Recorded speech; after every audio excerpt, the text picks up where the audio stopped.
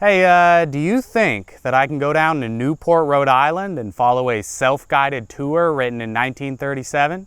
You know, are all the maps and directions still going to be accurate? Will all the points of interest still be there 87 years later? And most importantly, will my hands turn red from carrying this book around for 6 hours?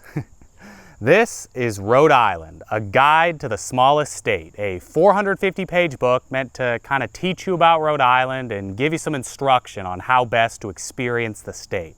There are dozens of walking and driving tours listed out in this book, and I thought it would be fun to go out and try and follow one in 2024. So I picked out Newport Foot Tour number 1 because Newport is a beautiful old ocean town just teeming with interesting history. And off I went to Washington Square, the first location on a 32-stop tour.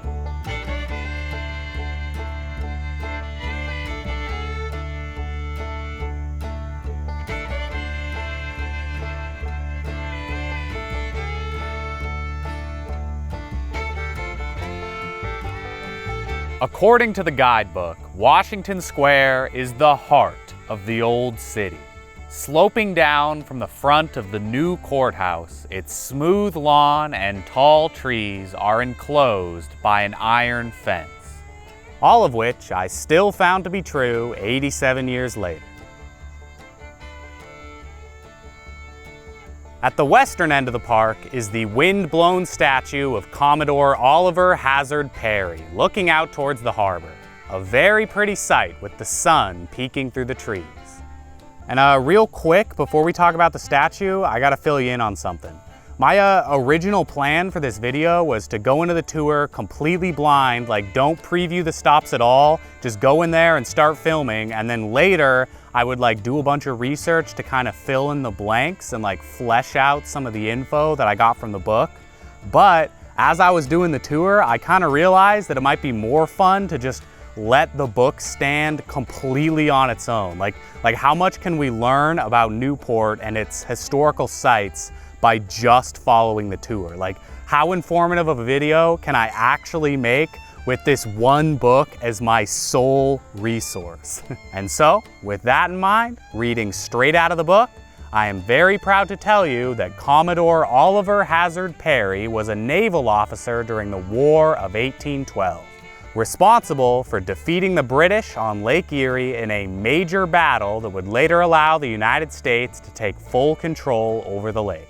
Which is a nice little chunk of information, I think. You know, we're off to a good start here. Although, not everything matched up quite so cleanly with the book. See, the tour also says that the center of the park should have a little bandstand for outdoor concerts and events, but there is no trace of that left in 2024. Instead, there is a very plain little stone monument dedicating the park to former President Eisenhower.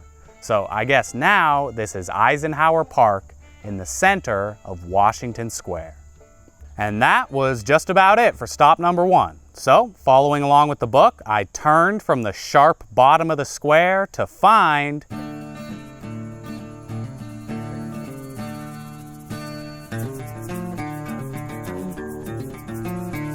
the Old City Hall, stop number 2. An exceptionally well-designed structure, according to the book. This building was erected in 1761, and over the past few centuries, it's been a market and a printing office and a theater and a city hall and the headquarters of the Chamber of Commerce when our guidebook was written back in 1937.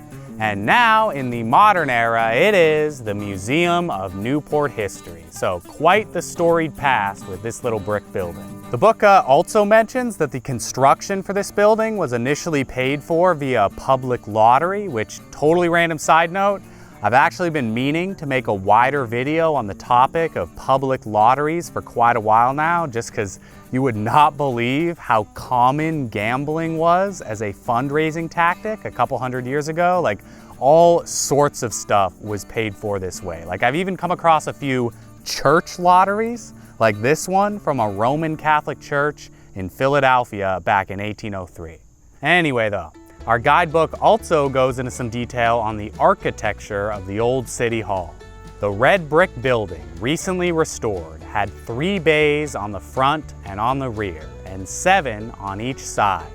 The bays of the first story consist of arched openings separated by vigorously proportioned piers. Some of the side windows have been bricked up. Others have recessed windows and doors. All of that is still accurate as far as I can tell. The book also goes into detail on the very obvious Greek influence on the second floor, which I thought was real interesting to see in person, because 1761 is actually somewhat early for this kind of look. You know, the Greek Revival style wouldn't reach its full popularity in the United States for another few decades after this building was put up, so it's pretty cool to see a pre-Revolutionary War building with some Greek influence. And lastly, before I went on to the next stop, I just had to go in real quick and take a look at the museum. Inside was a whole bunch of cool stuff, like this ship figurehead, and some antique furniture, and some charming paintings, and my personal favorite, an excellent view from the second story window. That there is Washington Square.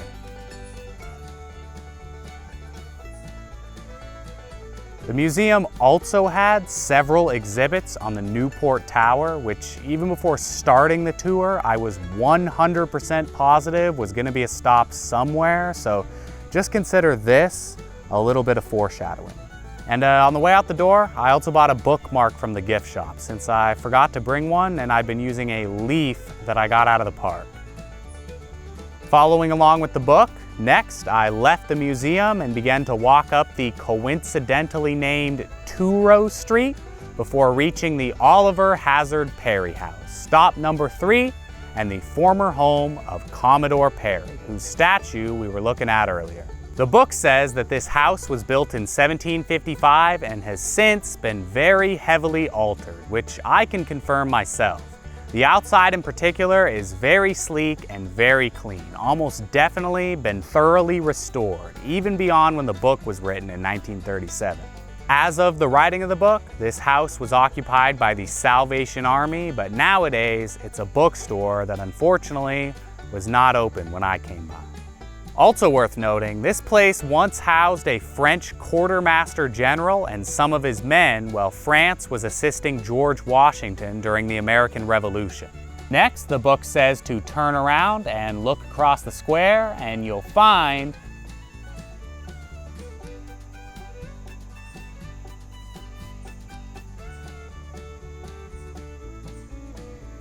the Abram Rivera House, built in 1793.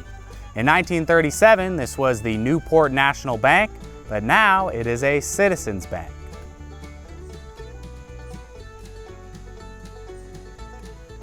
Back on Touro Street, the next stop is St. Joseph's High School for Girls, built in 1775. The book warns that this building has been completely modernized, with the exception of its beautifully designed doorway, which I'm very happy to report is still there today.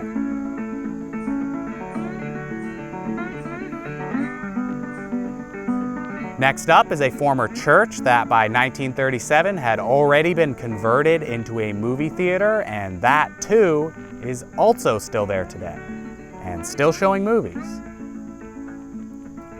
I actually think this particular building is super cool. It's made of brick with some Greek flourishes, just like the old town hall, except this time it's got a black paint job. Don't see that every day. The book next directed me back into the park so I could take another look at the courthouse and get a better lowdown on its history. This courthouse here was built in 1926, meaning it was pretty much brand new as far as buildings go back in 1937. The book says that there should be some cannons near the entrance that were used in the US Civil War, but I walked around the whole courthouse a couple times and I couldn't find those anywhere, so they must be gone by now. Also included at this stop was a very interesting little section on the painter Gilbert Stuart, whose work I promise you have seen before, even if you've never heard of the name. because Stuart was a very popular portrait artist back during the late 1700s and early 1800s. He painted a whole bunch of stuff, including that one super famous portrait of George Washington that the $1 bill is based on. So with that in mind, check this out. According to the book, there's actually another painting of George Washington by Gilbert Stuart in this courthouse. And instead of just his head, it's a full body portrait this time. And what's really interesting is the story of how this painting supposedly got into the courthouse. Apparently, it was originally hanging in another building, the Newport State House, but then in 1926, the painting was removed without authority and transferred to the courthouse instead. So, supposedly, we got a full body painting of George Washington here that was done by the guy who made the single most famous painting of George Washington. And also, it was kind of maybe half stolen from one government building so it could hang in another government building. And so you put all that together and I just really wanted to see this painting. So I tried to go and talk my way into the courthouse, but unfortunately, the guard would not let me pass the metal detector with my camera, so we're just gonna have to settle with the story from the guidebook for now. Don't forget about that painting just yet. Anyway though, after failing to get into the courthouse, I continued walking up Touro Street looking next for the Polly Lawton house, which I think is this one right here, although I'm not 100% sure because the street numbers have kind of been mixed up a bit in the last 87 years. And also the book doesn't really give much of a physical description of the house on this one. But what it does give us is a kind of bizarre anecdote about the property. See, as the name might imply, this was once the home of a woman named Polly Lawton, who was apparently the local heartthrob for all the French officers during the American Revolution. Like, just look at this quote from a French count. Polly Lawton is a celestial being, and certain it is that if I had not been married and happy, I should, while coming to defend the liberty of the Americans, have lost my own at her feet. Just imagine being that guy's poor wife and somehow coming across that quote one day. Like, can you imagine anything worse than finding out that your spouse wants to lose his liberty at the feet of another woman? Getting back on the tour, the book sent me next to the Touro Synagogue, the oldest standing synagogue in the United States. This is a pretty well-known building in Newport. According to the book, the whole thing was built at an angle with the street so that the ark inside could face directly to the east. There's also a whole bunch of really interesting stuff in the book about the interior of the synagogue, but unfortunately, when I tried to go inside, again, they told me that there's no videography allowed, so we're just gonna have to settle for my crappy outside shots that I got through the fence, which is kind of a shame because, as the guidebook says, the exterior of the synagogue is severely plain. Don't you just love that? Like, there is no way that anybody would ever write anything like that in a guidebook today. You know, they might say something like, oh, the exterior of the building is comparatively simple and unassuming, but there's no way they're gonna put severely plain on their historical tour in 2024. And actually, the next stop on the tour also gives us kind of a funny, antiquated little bit of architectural commentary too. This is the old Sheffield house opposite the street from the synagogue. The guidebook says that this is an unusually good example of the type of structure built during the decadent age of the Greek revival, built with a general lack of restraint in detail and proportion. That is just another bit of phrasing that you probably would not see today. You know, built with a general lack of restraint is just such a colorful way to put it. Next up, adjacent to the synagogue, is the Newport Historical Society, a plain brick structure built in 1902. And it is at this stop that I came to the first real adventure of the tour. This is where things really started to get interesting. See, the next stop on the tour was a church, the Sabbatarian Meeting House, erected in 1729 and, according to the guidebook, now incorporated as part of the Historical Society. The guidebook has a ton to say about the interior of this church. You know, it says there's like a beautiful raised pulpit with a curved flight of steps leading up to it, and some fantastic old wood carving on the handrail, and most captivating, there's supposed to be a big clock in the middle of the gallery, handmade in 1731 by a guy named William Claggett, and still ticking, at least in 1937. So when I read that, I was thinking, okay, I've already failed to get into the courthouse, and I failed to get into the synagogue. I have to do everything I can to get into this church. And so I just started looking around, and the only church that I could find anywhere near the Historical Society was this one, which right away just did not feel right. Like, for starters, the book says that the meeting room from the church is only 36 feet by 26 feet, and this just seems so much bigger than that. And then also, on top of that, there's no indication at all that this church has been incorporated as part of the Historical Society. There's no sign anywhere, there's nothing says Historical Society on it, and even though it's right next to the society, it still just kind of feels like a regular, active church. But even still, I was thinking maybe the church has been renovated very heavily, or maybe it's actually no longer part of the society property, so still, I had to at least try. So, I walked up to the church, and I knocked on this door on the side of it, and at first, I was thinking nobody was gonna answer because there really wasn't any lights on in the church, but then out of the blue, the door comes swinging open. So I just kind of asked the guy who answered the door if the church was open to the public and if I could come inside.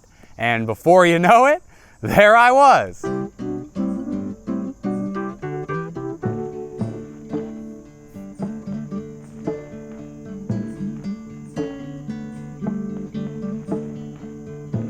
Huge shout out to Pastor Matt for letting me come inside. A very nice guy. So are you here just kind of visiting, or? Yeah, I'm actually doing kind of a project. I got this book from 1937. What's it called? It's a Rhode Island, a guide to the smallest state. Oh, nice. And I make YouTube videos about history, and I thought it'd be cool to see if I could still follow this step-by-step guide from 85 years ago. Yeah. And don't worry, I got his permission to use his voice in the video. I always do. I gotta say though, right away, being in the church definitely confirmed my suspicions that this was not the building I was looking for. You know, it was way too big on the inside, just like I was thinking, and there was no pulpit with a curved staircase, and definitely no clock anywhere. And I was talking to Matt about it too, and he also agreed that this was probably just the wrong church. So I said my goodbyes and my thanks to Matt, and I walked out the door back onto the street. And for a moment, I was just gonna give up on the church and the clock and keep going. But I really wanted to see that clock. So at the last second, I decided to just run into the Historical Society and ask about it. And so I went in there and I walked up to a lady sitting at a desk, and I asked her if she had heard of a clock that might have been hanging in the church across the street. And she said, I'm not really sure, but let me call Bert, because Bert knows everything. And so then I stood there and I listened as the woman picked up the phone and dialed Bert, and she says, "Hello, Bert. There's this guy here, and he's asking if we got an old clock that might have used to hang in a church around here." And she goes, "Uh-huh. Oh, you think he means the William Claggett clock?" And I hear that and my eyes light up, and before I know it, I'm walking down a hallway and boom, there I am inside the actual church looking at the actual raised pulpit that the book was talking about with the actual stairway, and right there in the middle of the room is the actual William Claggett clock that I had been looking for. So what was going on here is that when the book said that the church had been incorporated into the Historical Society, they meant the actual building had been literally, physically incorporated, like swallowed up by the Historical Society building. So this right here is the current exterior of the church. It's been entirely added into the Historical Society building. So when I was walking around looking for the church, I was actually staring right at it the entire time and just couldn't tell. This was a big time morale booster right here. Like never in a million years would I have ever had this experience without trying to follow the book. Like no way would I ever have been looking for a random clock in a church, accidentally knocked on the door of some unrelated church, met the pastor, and then found the actual church as basically a wing of a completely separate building. Oh, and by the way, I wish I had gotten this on camera, but I did go back to the first church and knock on the door again so I could tell Pastor Matt that I had the answer to the mystery. And he seemed pretty happy to know that the case was closed. But all right, I think it's just about time we get back on track with the tour. After leaving the Historical Society, I continued to walk up Touro Street until it became Bellevue Street, which, as the book says, was originally named Jew Street, in part, I'm sure, because of the old Jewish cemetery right at the start of the road. This is stop number 13, originally established all the way back in 1677. As of 1937, there was 42 tombstones in this little graveyard with inscriptions in Hebrew, English, Spanish, Portuguese, and Latin. Unfortunately, there was a big locked iron fence surrounding the property, so this is as close as I could get. Continuing on with the tour, next I came to the Redwood Library and Athenaeum, an absolutely beautiful building still in full operation today. The book says that although the building has been thoroughly expanding, this portion facing the street here is still mostly original, completed all the way back in 1750, another very clearly Greek-inspired building. And just like usual, there's some interesting history going on here too. Among the collections of this library are books donated by the English Crown in 1750, a large collection of literature and paintings donated by Charles B. King, another portrait artist, and most interestingly, a Bible printed all the way back in 1487. According to the book, a few pages from this Bible were ripped out and stolen from the library in 1848, but then, a few decades later in 1880, either the thief or some of his family felt guilty about the robbery and gave the pages back. Don't you like how there's not much information in that section? Like, gave the pages back how? Like, just slipped them under the door? But anyway, I thought that Bible was more than worth going inside, so I walked in and I looked around and what? Look at that! A full-length George Washington painting that looks suspiciously like the work of Gilbert Stuart. Remember the book said that there was a full-body Washington portrait in the courthouse by Stuart, you know, the one that they wouldn't let me in to see? Well, is it possible that this is actually it right here? Like, did it move at some point? It was in the courthouse and now it's in the library? I just had to know. So I went up and I asked the librarian at the desk, and I came to find out that this Washington painting is actually a bit of a mystery. Nobody really knows with 100% certainty where it came from. Their current hypothesis is that this is a copy of a Gilbert Stuart painting that was done by his daughter, Jane Stuart. So best case scenario is that this is a copy of the painting that's in the courthouse, and we kind of found a roundabout way to end up seeing it. But even if it's not a copy of that particular painting, we can now at the very least say that we saw a Stuart painting of George Washington. All right, so after I calmed down a bit about the painting, I asked about the Bible with the stolen pages, and they actually do still have it. It's just that it's down in the vault now, and you need to get special permission and like file a request to see it, and there was just no way that I was gonna get to see it on that day.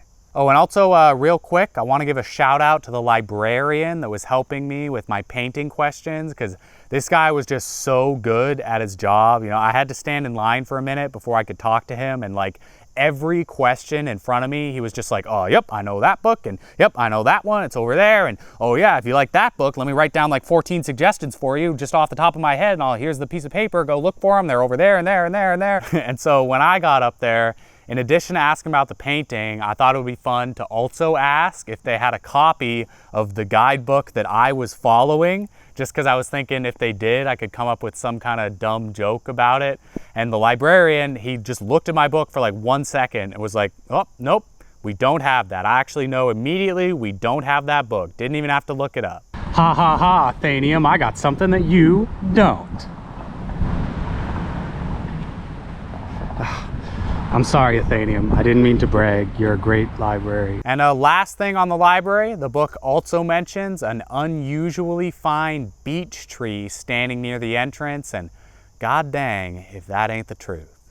Next up on the tour is the Art Association building, which is now also a very nice art museum. I thought about going in, but there was also some kind of big event going on there that day, so you'll just have to settle for these exterior shots of the rambling frame structure. And after the art museum, I came to Touro Park, another very pretty little patch of greenery. The main feature of this park is the old stone mill, which you might remember from the museum exhibits earlier.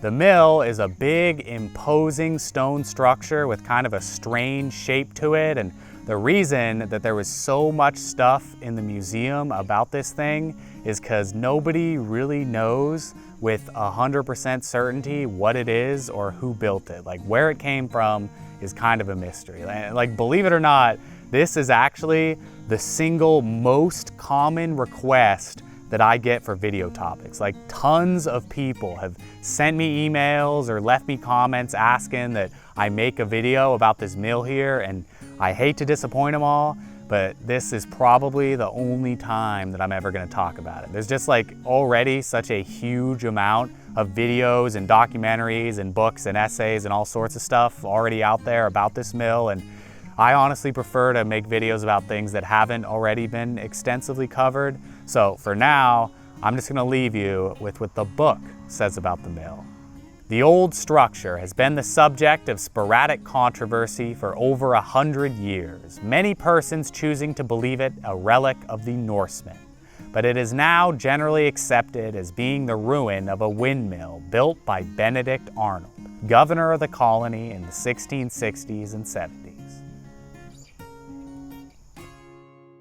Also in the park are statues of Matthew C. Perry, who negotiated the Japanese Treaty of 1854, and William Ellery Channing, the apostle of Unitarianism. Right next to the park is the Tillinghast House, a fine example of colonial architecture that is nowadays a private residence. Next, after making a couple of turns, I arrived at the Channing Memorial Church, a Gothic church from 1880 constructed of rose granite. And then came the Van Zandt House, which apparently hides a small cemetery where the body of former Rhode Island Governor Benedict Arnold is buried. The book says that in order to see the graves, you have to go get the permission from the owners of the house, which seemed a little intimidating because the house is big and kind of surrounded with bushes and, oh wait, it's right there.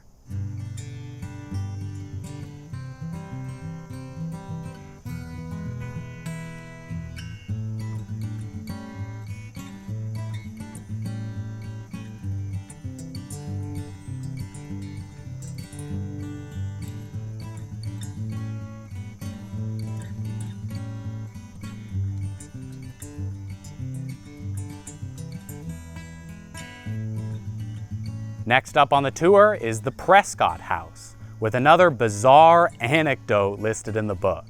See, this house was named for a British general that stayed here in the Revolution named Richard Prescott, who was apparently a haughty and tyrannical officer.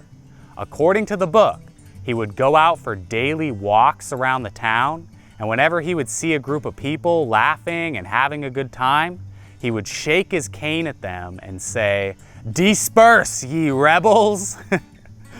Every woman who went to meet Prescott had to bow, and every man had to take his hat off. And if you didn't take your hat off, then Prescott would just beat the crap out of you with his cane.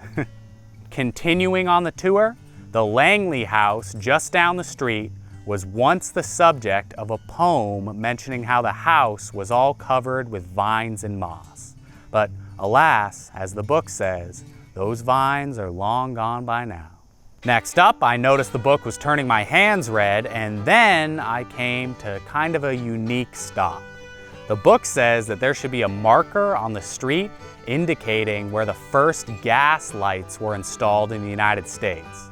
So I went down to the bottom of the road indicated on the tour, and I looked all around, and I could not figure out where it was until I looked up and realized that it was way up on the side of a building. Like, that is probably exactly where the gas lamp was originally installed. So that's where they put the historical marker. There is no chance that I ever would have seen this without having read the book. Like, it doesn't really look it on camera, but that thing is way above where anybody is just gonna casually notice it.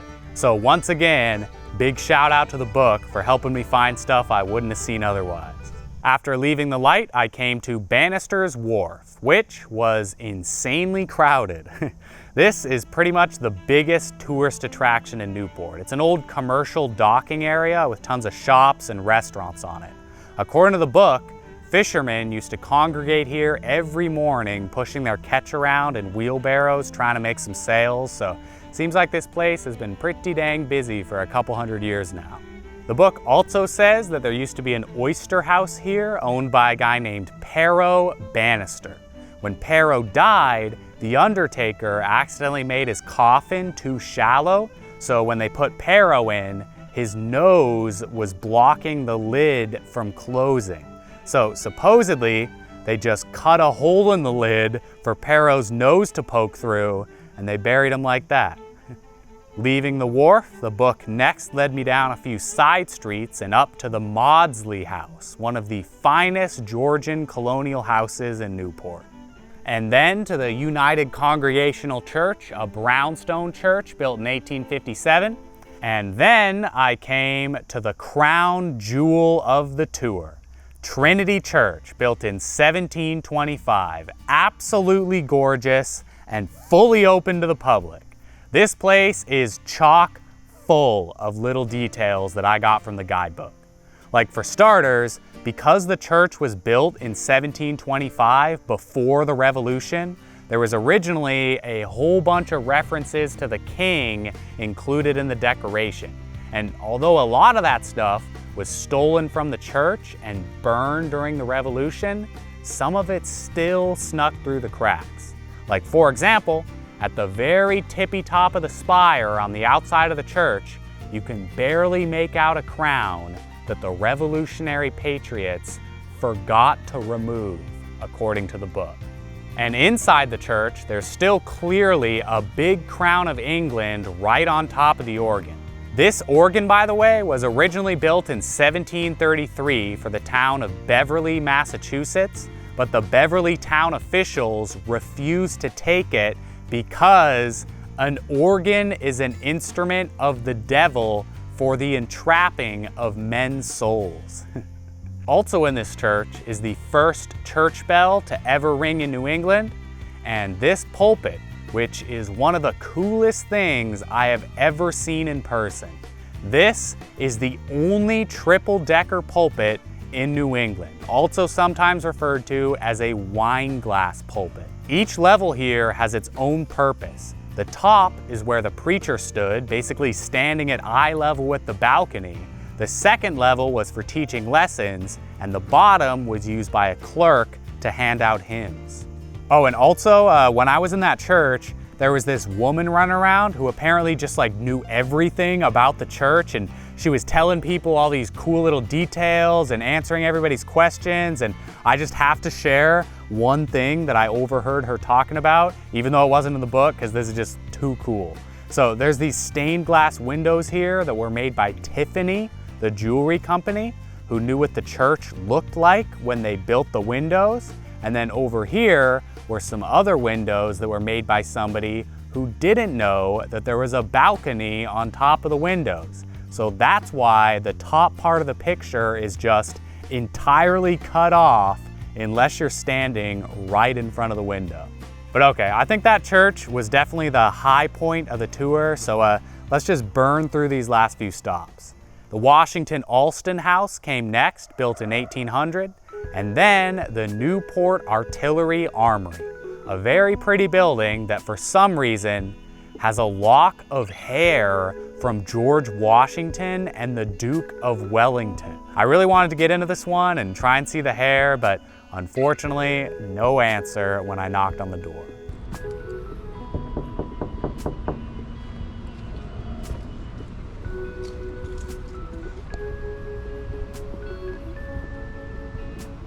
After the armory was the Central Baptist Church, which actually has a great story associated with it. According to the book, in the early days of the church, a bunch of wealthy merchants used to just like stand around outside the building talking until the opening prayer started, and then they'd realize all at once that they were missing out on the service, and they'd rush in and just like annoy everybody and be loud and be distracting as they were trying to get to their seats. So one day, an old member of the church got real fed up with their behavior, so he walked up to them and said, "Gentlemen, I am guessing that you don't like short prayers." And the merchants were a little shocked to hear that. So they said, "What? No, we actually prefer short prayers." And the old man said, "Well, how can that be? You always come in so late. If the prayer was short, you'd just miss the whole thing." And I guess that got the merchants to get their act together. And with that, I was just about done.